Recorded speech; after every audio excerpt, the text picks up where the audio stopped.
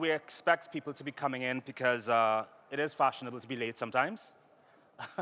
But we have to begin nonetheless because we do not have much time afterward to stop. So this, of course, is the panel that looks at what role for the Global South in effective multilateralism. And we have some very impressive guests here. Firstly, to your immediate right, just next to me, is Mulambo Hamakuni Haimbe. He's the Minister of Foreign Affairs and International Cooperation of the Republic of Zambia. Next to him is, we've switched things around. Next to him is Miguel Angel Moratinos. He's the Under-Secretary General and High Rep for the UN Alliance of Civilizations. He's also Spain's former Foreign Affairs Minister. Next to him is Ms. Tandy Moraka. She's Deputy Minister of International Relations and Cooperation of the Republic of South Africa. Next to her is Dr. Henry Wang, co-founder and president of the Center for China and Globalization. He's also former counselor to the China State Council. And next to him, last but not least, is Mehmet Akif Kerici. He is professor of social sciences, University of Ankara. Thank you so much all for being here. I would just like to remind you when you're speaking, you need to press this button at the bottom here before you can talk. I suppose you can leave it on throughout the entire conversation so that you do not forget. This conversation will last about 55 minutes, after which we'll invite people in the audience to ask you brief questions. Professor Kerici did express concern about how much time you'll have to speak. You aren't necessarily limited in terms of your responses, but please do get your most impactful responses out so that we can have a vibrant debate as well. So I'll get straight to it. I would like to have an opening question for you all. We often hear about the Global South as if it's a single unified bloc, but is it? Given the deep political, economic, and ideological differences between countries in this group, what does the term really mean today, and does it still serve us in the way it did before? Mr. Minister, firstly to you. Thank you very much. What does the term mean? I think historically, of course, we all understand how we were categorized into the Global South. Now we are still categorized as such, basically because of a certain set of circumstances. I would use that expression that place us in this categorization.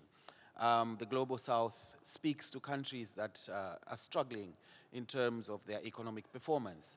And the real question to me is the extent to which we are unified.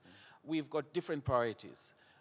Even on the continent, for instance, if I talk about Africa in particular, you'll find that we have such different political systems, such different ideologies, such different challenges that it would be difficult for us to say that truly we are unified in one voice from the perspective of our ideologies, as I mentioned. But then the flip side of that is that, of course, because we are similarly circumstanced, we are put in a grouping that must have a unified voice at one point or the other. So it's, I think, two sides to a coin. And I think there is also a degree of, the word I'm looking for is probably synergies that can be built in this relationship that we refer to as the Global South. Thank you very much. Thank you for that. Under Secretary General, I would like you to use your cap as the former Foreign Minister of Spain. How does Europe see the Global South in terms of it as a bloc? Well, thank you. Let me start by thanking the Turkish organizer. It's my fourth time I'm in the Antalya Diplomatic Forum. It's a great pleasure. Every year we saw how much it's advancing, how it's enriching, how we are going to get inspirational, messages. So thank you very much. I'm coming from New York, from UN. I'm coming to the real family of multilateralism. And before I respond to your question, let me start by saying that multilateralism is at existential, threat. And why? Where we are today, what we hear today, we are at war in terms of human beings, either, Ukraine, Middle East, Gaza, Africa, some conflict. We are war in trade war for tariff, and how we exchange our product, our good, and we are war against the planet. There is not a pact with the planet. And so we are going back to the so-called Westphalian world, where the balance of power will prevail after the humanity has been working centuries after century to create a security collective system. So multilateralism means that we are going to use cooperation, peaceful solution of conflict and crisis, and trying to address the main challenges of today's world. So in this new challenge we have, because we are, again, I'm telling you, as existential risk, it's not a joke. We live in New York. People are withdrawing the financial resources. People are not having credibility of the system. People don't think. We say, yes, multilateralism is good, but how we build up, how we are going to consolidate that. And that's where the Global South have a new impetus.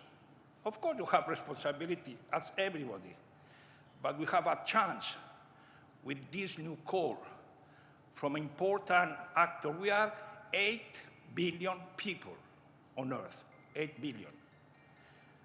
Are we still on the 21st century to be ruled by only, let's say, 1 billion? What about the 7 billion? They have no say, we are not adult, we have no grow up, or we are going to go back to the old bipolarity. Bipolarity means the Soviet and the American, then we have bilateralism, okay? But today we are in a multipolar world. We all agree, and the alliance of civilization know that it's a reality. So multipolarity immediately is equal to multilateralism.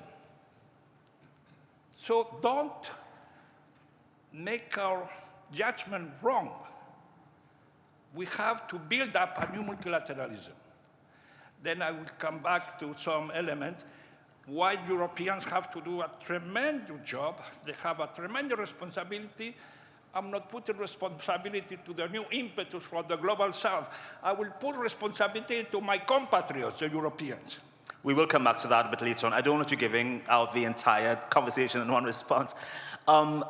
Deputy Minister Muraka, South Africa, very powerful country on the bloc, on the continent. It seems to straddle lines in the West and East. How does South Africa see itself when it comes to this definition of Global South? Thank you very much, Mr. Moderator, and to the audience. I think South Africa, given its geographic location in the continent of Africa, we are more strategic in terms of us being the gateway to the rest of the continent of Africa. Even when you look at the logistical capabilities of our country, issues of rail, issues of infrastructure in terms of road, we are indeed a gateway to the rest of the continent. And I think in terms of the Global South, the common features that we have as countries of the Global South at an economic level is that we are still categorized as developing economies. And looking at our strength in terms of those infrastructural capabilities, I believe that South Africa is an enabler to issues of trade amongst countries of the Global South, because you can easily bring your goods to South Africa and they can easily enter into the rest of the continent. In that way, it means that countries of the Global South need to look into ways on how we can trade amongst ourselves doing away with the unipolar world that used to dominate us, and we start to chart a way forward that will then be ideal for us as the countries of the Global South. Thank you so much. Dr. Wang, China's in a unique position, obviously. It has been forging relations with the Global South, including Africa and Latin America for decades now, quite quietly if you ask me. How does China consider the Global South, briefly? Thank you, Moderate. Excellent. I think this is a great occasion to discuss, and this is one of the examples of Global South actually, like Turkey has such a also enormous soft power in shaping the new narrative. What I think basically is that, we are getting into a multipolar world. That's the report. I was attending the Munich Security Conference in February, where they launched a report called Multipolarity.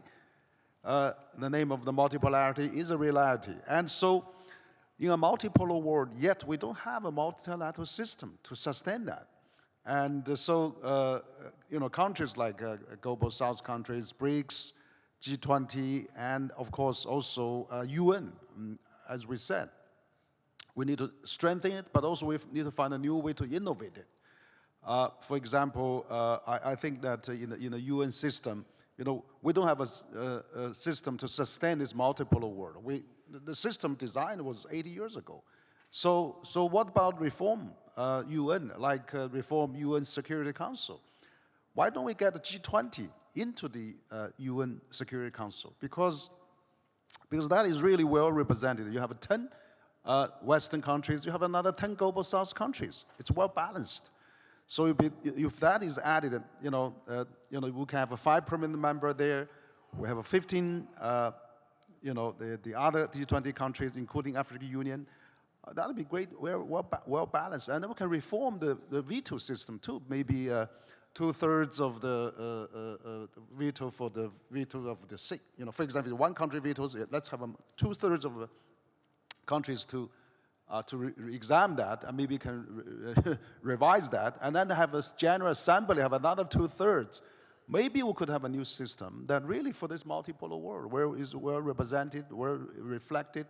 But I think there's more than that also. For example, China is also doing many things, not only in part of the BRICS countries, but also in the Global South countries and Belt and Road Initiative. China has proposed the Development Initiative, Security Initiative, Civilization Initiative, and just to propose, let's have a new dialogue, have a new discussion, so that we can have a good way of exploring those things, and also work together. For example, on the Ukraine, Russian war there, on the Gaza-Palestinian-Israel conflict, and also, of course, on the Iran and South Korea nuclear issues. Let's get the BRICS also into that. You have guarantee of NATO, of EU, but also in the future we have a BRICS countries to play into that kind of new mediation role, so that countries like Turkey can play a lot of role too. So I think UN peacekeeping force should be strengthened. That's not only including Western countries, but also including countries like China, India, South Africa, Turkey, and so that they can play more roles in maintain global peace. So that is what multipolar world needed, not just traditionally on the NATO and on the Western countries. So I think time has changed. BRICS countries now, their GDP is already larger than the G7. So we have to find a new reality to maintain the global peace and prosperity. Thank you so much, Dr. Wang, for that. Professor Kirichi, the West has been criticized quite often of viewing the Global South countries from a mainly political lens, only engaging Global South countries when it suits them, financially or politically. How does Turkey look at this expansive part of the globe as it reaches out into the African continent, as it begins reaching out into Latin, Central, and South America? Thank you, Mr. Reagan. And before I start, I also like to thank the organizers of Antalya Diplomacy Forum and the hospitality of the... I'm not sure your mic is on. Is it on? It seems to be on. Maybe just pull it a bit closer to you. It's now on. Pull it a bit closer to you, I think. Pull it a bit closer to you. There we go. Okay. Thank you. Go right ahead. And before I start, I'd like to thank the organizers of Antalya Diplomacy Forum. Good question. Let's please start to understand what kind of world we are living in. We are talking about the global shift between global north and global south. Whether this is real or not has to be problematized a little bit. Well, yes, there are certain concentration in this part of the south, but that south does not necessarily reflect the power to existing international institutions yet, like previous speakers spoke about that. Another issue is that when we are talking about this change or the sort of transformation from the Western world to the South or the East, what are the parameters of this transformation? Are we sure that the system is really changing? As the previous speaker mentioned, the 5 veto power with the rise of China is not going to change. So the existing United Nations Security Council system is not going to be affected that much with the rise of China. Therefore, we need to look at different mechanisms here. The representation of the South is an issue, like our president constantly keeps repeating, the world is bigger than 5, which means that invitation of, let's say, Africa into perhaps Security Council. This is an opinion that Turkey promotes, actually. Another one is Muslim world is not necessarily represented within this Security Council mechanism. If we are going to keep the Security Council mechanism in this new, so to speak, coming about world system. With regard to Turkey, actually Turkey is one of those swing states which can cooperate and translate between the West and the East, between the North and the South. For instance, just to take a look at most recent events, in the case of the crisis in Syria and Ukraine, Turkey was effectively able to bring the voices of, for instance, Russia into the table, or wanted to raise the issue of unfortunate people in the South, in Gaza, in Africa, so on and so forth. So this is one. And another one is that Turkey's geostrategic position offers lots of opportunities between South and North, between, again, East and West. It's a trade corridor in the past, and it should be so in the future. So connecting commodity transportations from South to North, from East to West, I think Turkey, not only Turkey, landmass, but also the seaways around Turkey offers a lot of opportunities for that. With that, we need to stabilize our neighboring countries. If you please remember, look at Turkey in the map, in the political map, and consider the neighbors. I mean, Syria, Iraq, Iran, Armenia, and then on the north, Russia and Ukraine. Russia and Ukraine are the most stable countries, but they are fighting each other. And then other countries, we are surrounded in the south. There's no central government left, so to speak.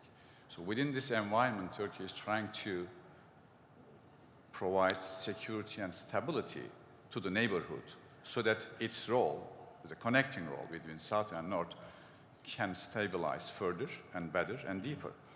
So with that in mind, I think we need to think more of the, so to speak, a structure. What is going to be the structure? We usually refer to Global South as if it's an independent political or geopolitical even entity. But it is not there yet. So how the world was before the European hegemonic system. So in the new world system, if it is going to be born, like famous quote, an old world is, has died, but the new world hasn't born yet. So this is, I think, the dilemma, very unpredictable, very dangerous in several, perspectives. I think the world now going through a time period as if right before World War I, which I think is very dangerous in several respects, because it's very unpredictable, alliances constantly shifting. So Turkey's feeling all of these uncertainties and crises deeper than any other civic state in this kind of projection, and also trying to defeat all of these uncertainties and destabilization factors around. I think with that, I might want to end. Thank you, Professor. Appreciate that. Moving on, if any of you would like to interject, add, or counteract an argument, please do so freely. Minister Hayimbe, many countries in the Global South today are still navigating the economic legacies of colonization, from debt traps to dependence on raw exports and limited access to capital. Are today's systems of global trade and finance still echoing the same imbalances, but under a new name? Yes, thank you very much.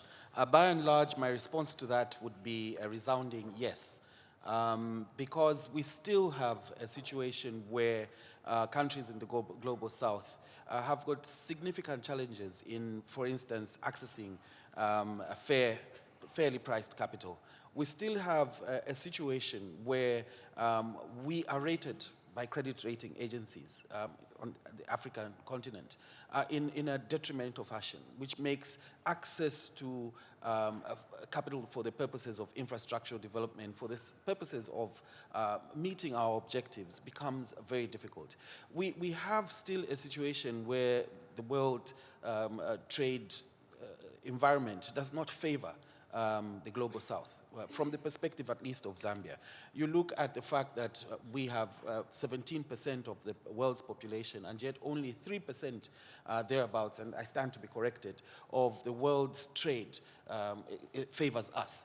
So this then speaks to a heavily skewed environment in which the global South, and giving particular emphasis to Africa, has to find itself, it has to sustain itself, and of course has to look at the possibility of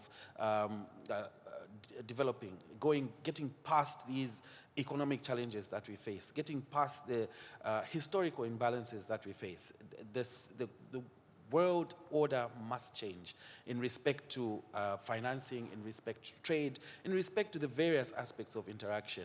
And we're speaking about this, for example, at the African Union, where it's accepted that there must be a deliberate effort for us to look within ourselves for solutions to some of these challenges, to look within ourselves knowing that we hold a bigger proportion of the critical resources on the continent, knowing that we suffer the biggest shocks when it comes to issues of climate change and matters of that nature. There is a clear conversation that needs to be had in terms of more equity in the manner in which the global resources, if I can use that broad term, are managed, and the manner in which there is engagement between ourselves and our counterparts in the global north, in the west, and so on and so forth. So certainly we still have a long way to go. Honourable Minister, I'm glad you brought up these imbalances. Let me jump to Deputy Minister Moraka. If the current global systems still reflect colonial era imbalances, what would economic self-reliance for the Global South actually look like, and what would it take to get there? This is for Deputy Minister Undersecretary. Let me just jump to her for a second. Thank you very much, Moderator. I think where we are as South Africa, we need to remind you that we are the president of the G20, which is a very key strategic multilateral forum for the countries of the Global South, in the sense that where we are, we've got a theme for the G20 presidency of South Africa, which is solidarity, equality, and sustainability. And in line with that theme, we are intending to implement the UN Charter when it comes to issues of Sustainable Development Goals, your SDGs, where we are looking at issues of financing and also the reforms that needs to happen at your international funding institutions.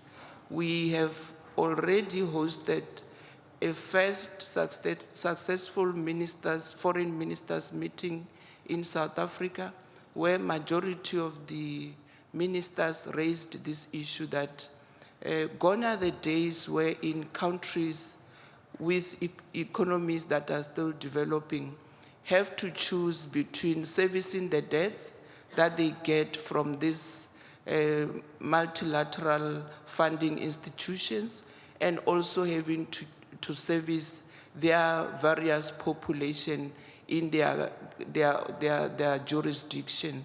So we ought to really look at how we call for reforms of these multilateral funding institutions, of course using the G20 as a platform for us to do that. Because this G20 is not only the G20 presidency of South Africa as a country, it is the G20 for the whole countries of the continent of South Africa, because you know, this forum is taking place for the first time in its history in the continent of Africa. And we are urging our African brothers and sisters to take it upon themselves and feel that indeed they are also part and parcel of the G20 presidency, because you've seen the UN when Indonesia was the president of the G20, they brought on board the AU Commission to be the part and parcel of the G20. So this is the G20 of Africa as a continent. So, and it's high time that as African countries, we need to hold hands and speak in one voice using the G20, because it will be happening in November this year in South Africa, wherein leaders will be attending the Leaders Summit, and we expect countries that are of the Global South to really help us to call for those reforms that are in the international space, where we need to, whether it's IMF or the World Bank, we need to call for that reform to say, countries that are still developing, can't you find a mechanism on how to help them to sustain their development path at an economic level, as compared to the blanket approach that is currently happening, where developing economies have to compete with the developed economies in terms of how to access resources for developmental purposes. So those are the kind of issues we will be looking at. And we're also looking at issues of food security, climate change, energy security. There are several work streams already that are taking place, and ministers from the countries of the G20, including the AU, which is the mother body of all the countries in the continent, are participating in building a way forward that will really help us to grow at an economic level, and also to ensure that there is peace and security in the whole globe, where everyone can live in comfort, can do anything they want to do without them having to fear for their own safety. So we are really excited as South Africa to be hosting some of you, because I believe that some of you will be coming to South Africa to participate in this multilateral forum. I'm saying that this is the G20 of the countries that are within our progressive forum of the Global South, where we are regarded as developing economies. Let's utilize the platform to call for those transformative reforms at a financial level, and also at an economic level, and also in the space of security and peace. We need to utilize this kind of forums to speak in one voice. That's the only way we can do away with the dominance of the unipolar world and start to build the multipolar world that all of us will feel proud of. Thank you. Deputy Minister Moraka, those are great points you brought up. That takes me straight to Undersecretary Moratinos. Let me ask you frankly, does the Global North see the South as a partner in shaping the future, or more often as a burden to manage? How does that perception, fair or not, affect the way multilateral systems are built and the way decisions are made? Yes, I think I will answer your question, but you told us that we want to elaborate a little more, so I will try to be brief.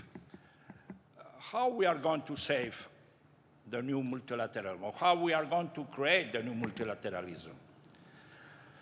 I will say what will be my proposal. First, we have to agree and to work together to fix what I consider the three main priorities in today's world. First, peace, not security. And now let me be very clear on that. Where we are today is because we have been involved in a security approach, not in a peaceful approach. So don't forget, security will not bring peace. Peace will bring security. So we have, as the first priority of the new multilateralism, to put peace as it was at the beginning of 1945, after the Second World War. It will continue to prevail on security, we will fail. Second, the sustainable development. And then I go what the Minister of Zambia said, the new relationship in trade and economy, in development, and fight, against climate change, all the agenda of SDG. We have to be all together, collectively supporting this second main priority. And third priority is the new world. Artificial intelligence, new technology. Where we are going? How we are going to regulate that? We are going to become robots, or we are continue to be citizens of the world? So that's the three priorities of the multilateralism. Secondly, let's go about the format and to change, the structure. What we need is full democratization of the system. In 1945, we have at the beginning, yes, we give to all member states the right to vote, but they were more equal than others. So we have to reform the Security Council. I don't know if we are going to succeed. My formula is to reinforce the General Assembly. We have to democratize fully the UN system. Each country, each people have the right to live better. So if we don't democratize, we continue to have this balance of power in the Security Council. It can be 15, 5 permanent members, we can increase 10 permanent members, we can increase 25 permanent members.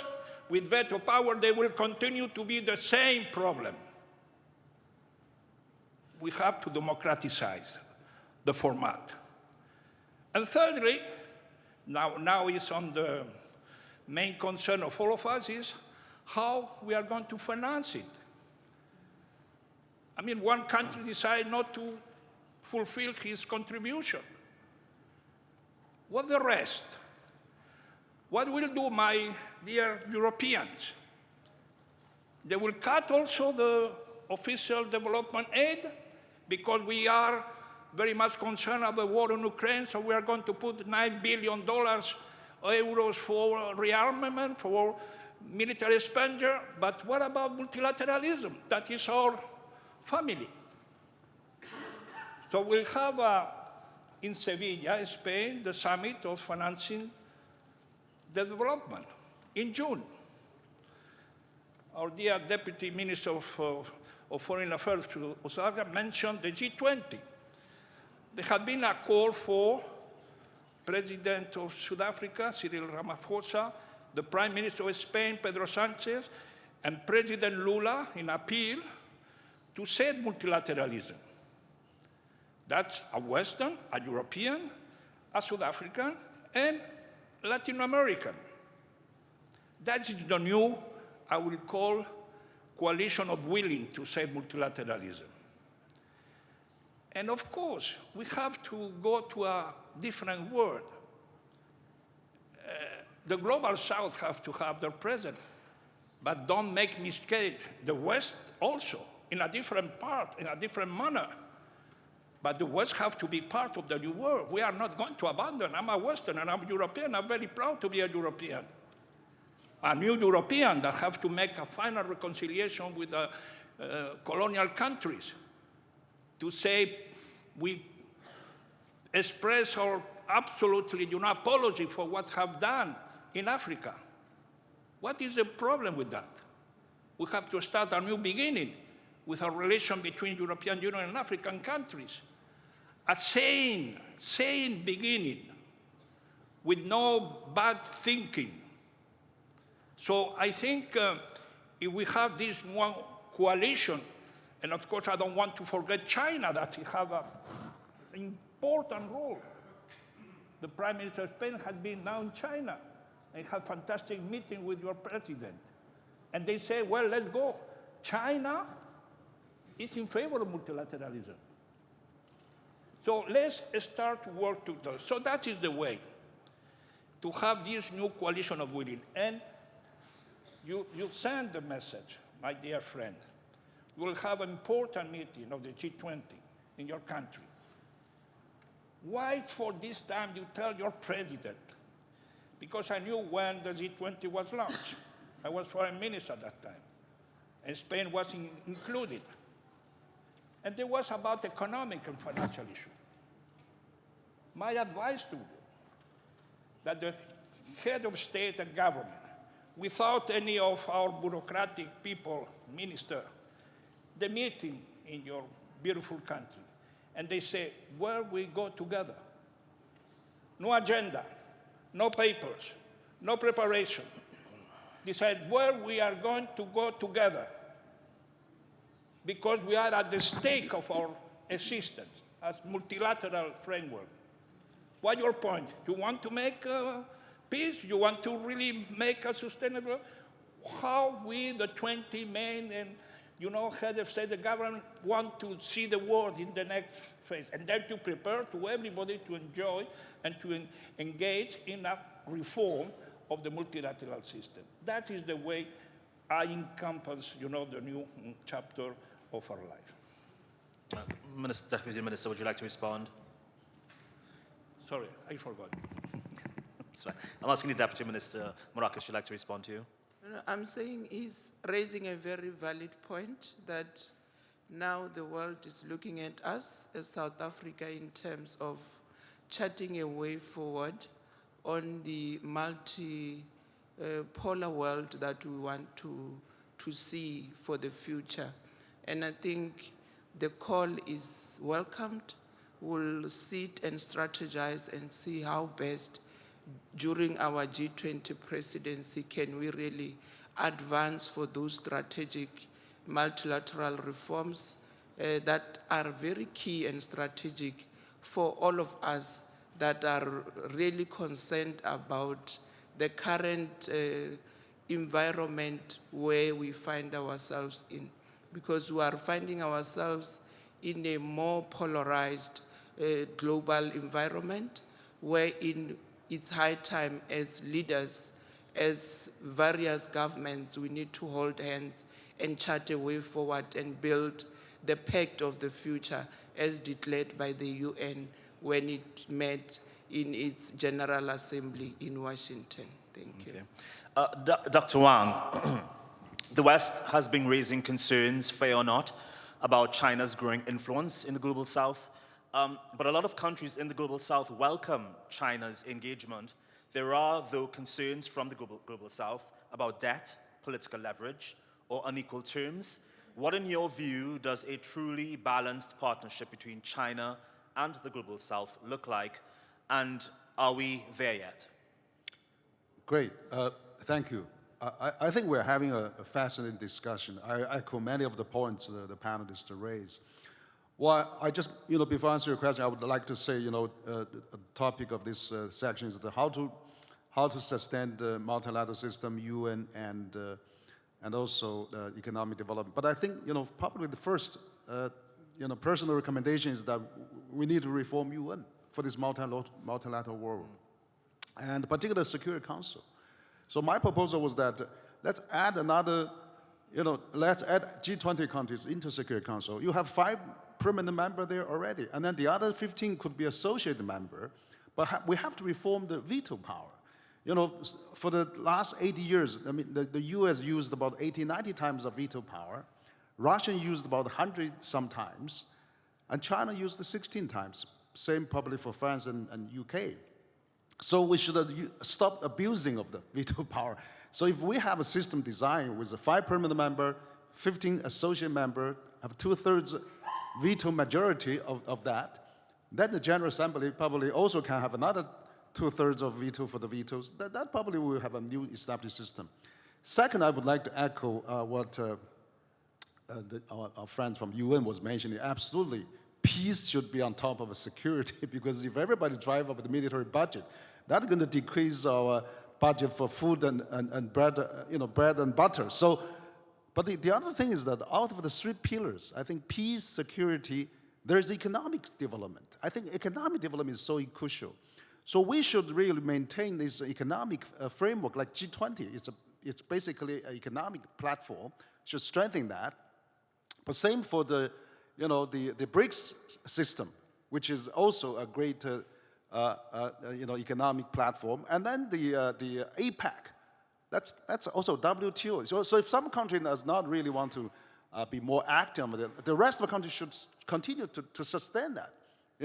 I just noticed the Pastor Lamy said a few days ago, let's have a WTO -1. Let's continue to work on that. And furthermore, I think China's initiative on Belt and Road is a great idea. You are asking what are China's relations there. Sure, Belt and Road is not perfect. There could be a few minor problem there, but majority is great.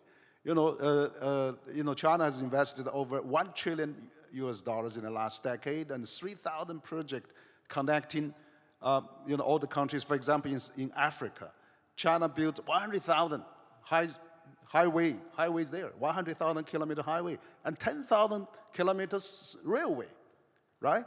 And China has lifted 43 countries' tariff to 0 coming to China, whereas we have seen other countries raise tariff to 100% and launch the tariff around the world. China is reducing 40-some countries' tariff to 0 coming to China. And the China trade with Africa has gone up, has already increased. So I think we should do more. And China is also a strong part of the RCEP, the largest free trade agreement in Asia. So let's really strengthen all those economic platforms so that we do have a more secure world. You have a peace, you have economic development, and then you have security. But I think the peace and the economic development should come before the security so that we have a security. Otherwise, because if we're hunger, if we're a trade war, if we're so on, that's bound to be the military war, hot war. So let's really set the priority right. And China would play a very active role in economic globalization, which China is still doing that. And China wants to be, China not only doing Belt and Road Initiative, China have a China-Africa Summit, China, Central Asia Summit, China Latin America Summit, China ASEAN Summit. It's all economic related.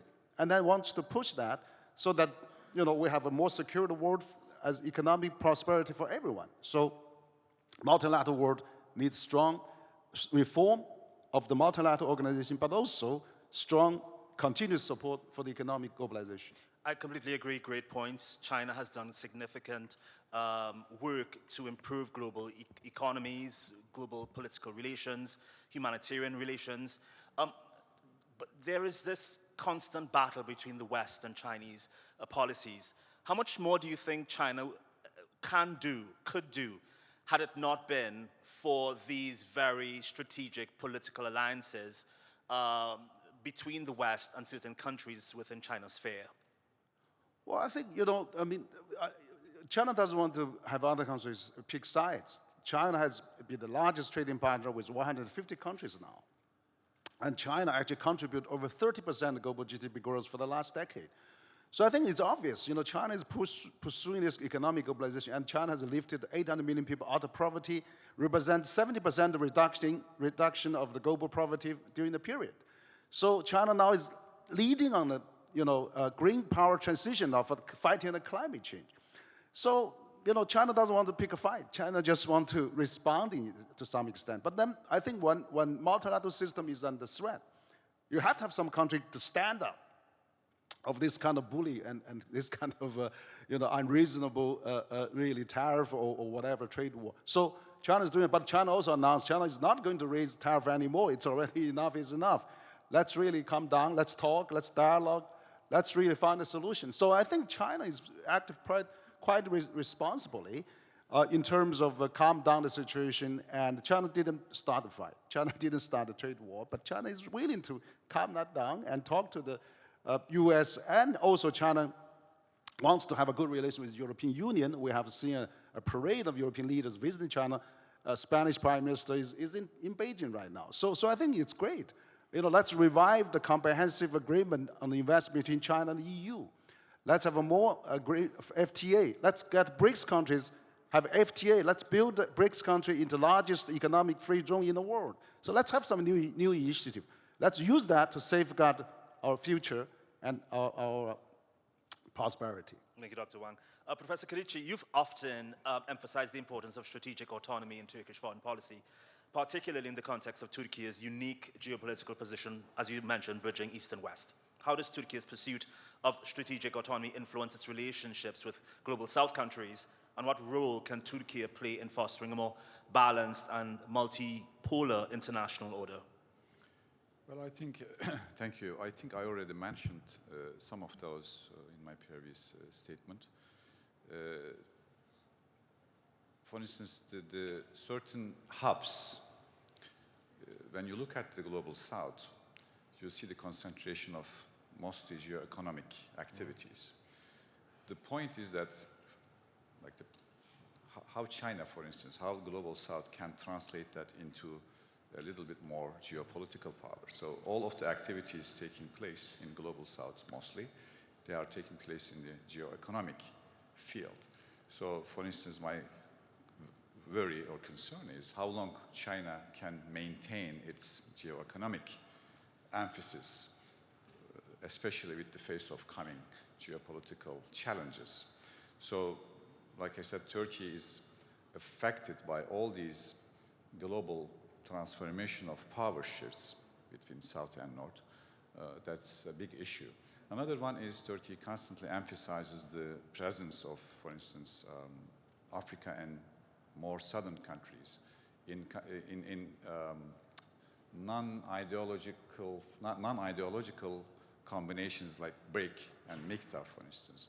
And in the past, Turkey gathered lots of least developed countries and tried to lead them in certain ways of development and so on and so forth. So these activities are already taking place. Turkey's specific relations, which has started to develop some more than a decade ago with South America, for instance, all of which, I mean, Turkey opened up to different alternatives than the West around 2008, 2009, maybe a little 1 year or earlier or later, because Turkey was trying to get the full accession to European Union. When Turkey was rejected with several diplomatic maneuvers that we don't want you to come that fast, you can, Turkey is present in every single institution of European Union, but is not the full member. So at that time, up to that point, this is repeated several times, this attitude of European Union towards Turkey. And then Turkey was like, okay, we should start. We should take another round of applications. But around 2007, 2008, Turkey decided, well, okay, let's look what kind of opportunities and options we have other than European Union. This is not like, and I remember I was in the United States at the time, that there was a huge criticism towards Turkey. Not only that the European Union, decided not to accept Turkey's full membership, but also all European countries, including the United States, started criticizing Turkey because of there's an change of axis. So Turkey evaluated that there are huge possibilities with, for instance, Latin America, huge possibilities with Africa, China, and other countries. This is one sort of context for Turkey's opening up to different regions. Another one is actually was a wake-up call for Turkey, is that during the Syrian crisis, we had a huge challenge, huge problem, emerge in Syria. There was because of the civil war. And when we needed the help of our allies in NATO, Turkey felt that it was left alone. Then, only then, Turkey started to approach Russia so that, transactional relations started with Russia at that time.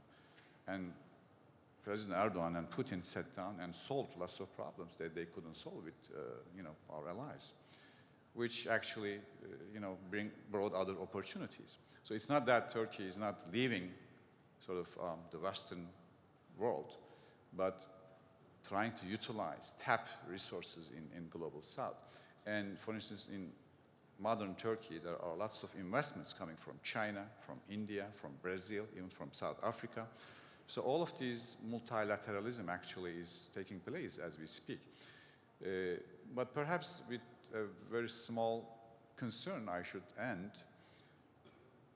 In this new coming so-called system or the mechanism, whatever it is going to be, coming, what are going to be the norms? I think the major question that we need to face is the global South, or institutions that global South are proposing, or China is proposing, or India proposing.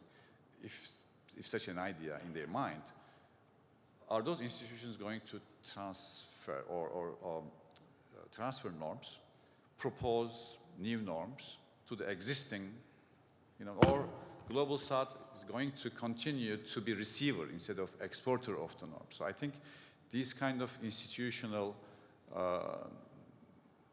norm-setting strategies we should start thinking about. Thank you. I appreciate that, Professor. I'm being told that we need to wrap. Do we have any time to take any questions, organizers? Do we have time for questions? Do we have time for questions from the audience? 5 minutes, great. Any question? Sir?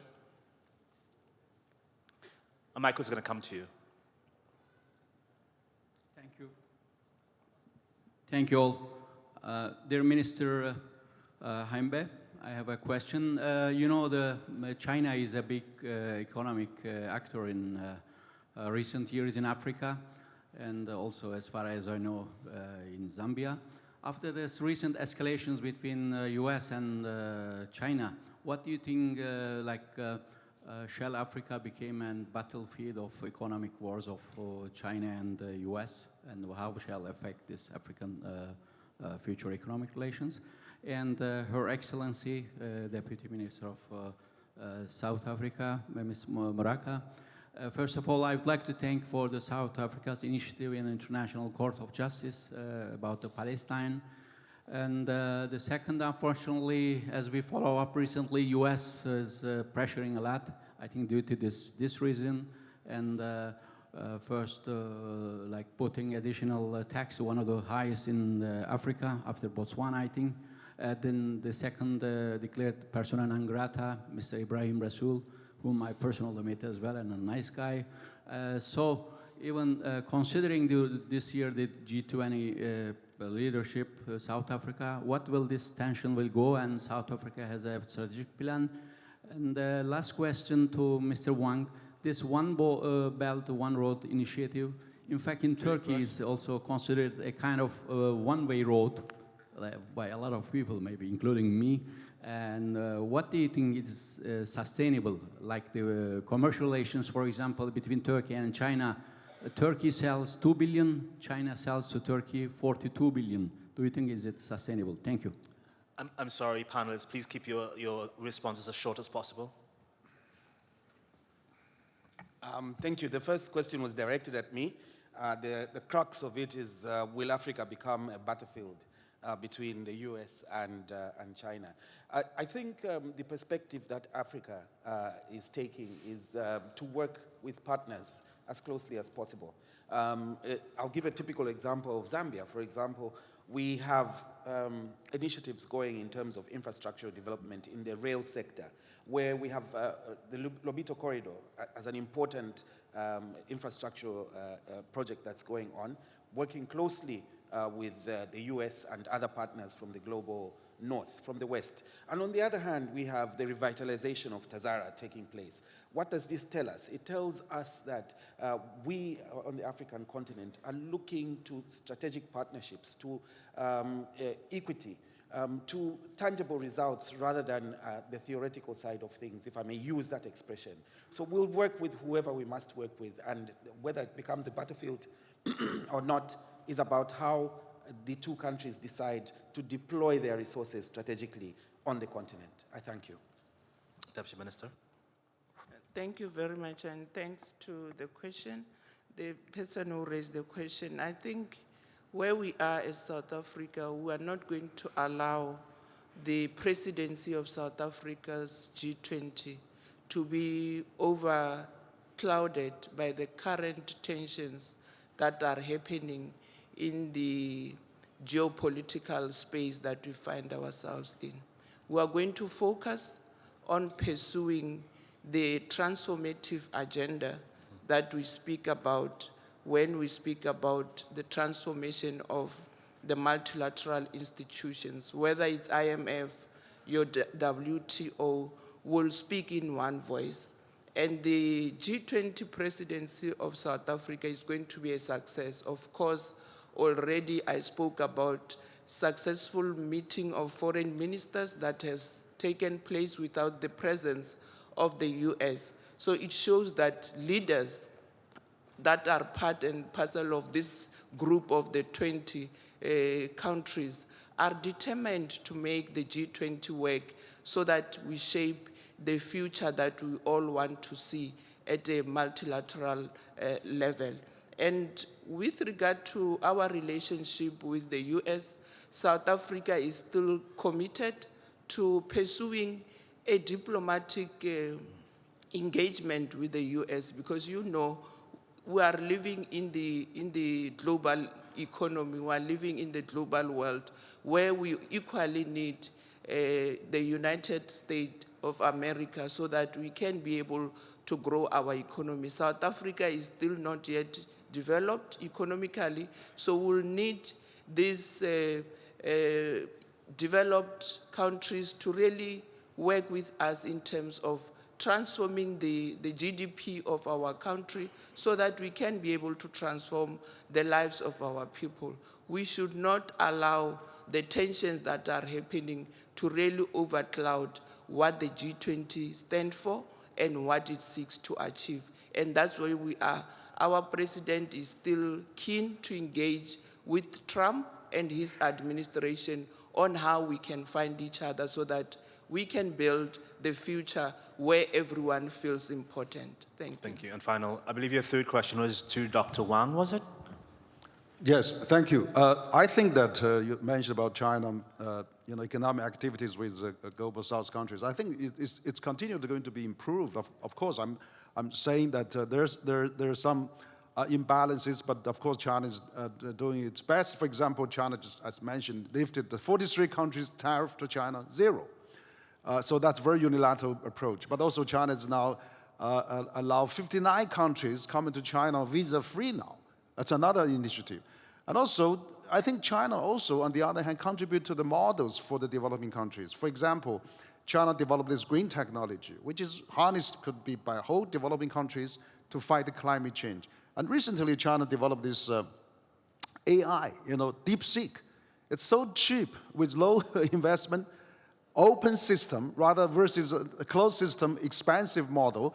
That means enormously for the developing world, and that's going to open the AI applicable to the developing world. And also China is now trying to improve the Belt and Road Initiative to have some small and beautiful green projects. So I think many things China is doing, and also China is supported the Asian Development Infrastructure Investment Bank and also Development Bank. So I think there's more to be done in the future to continue to strengthen the relations of economic cooperation between China and the world.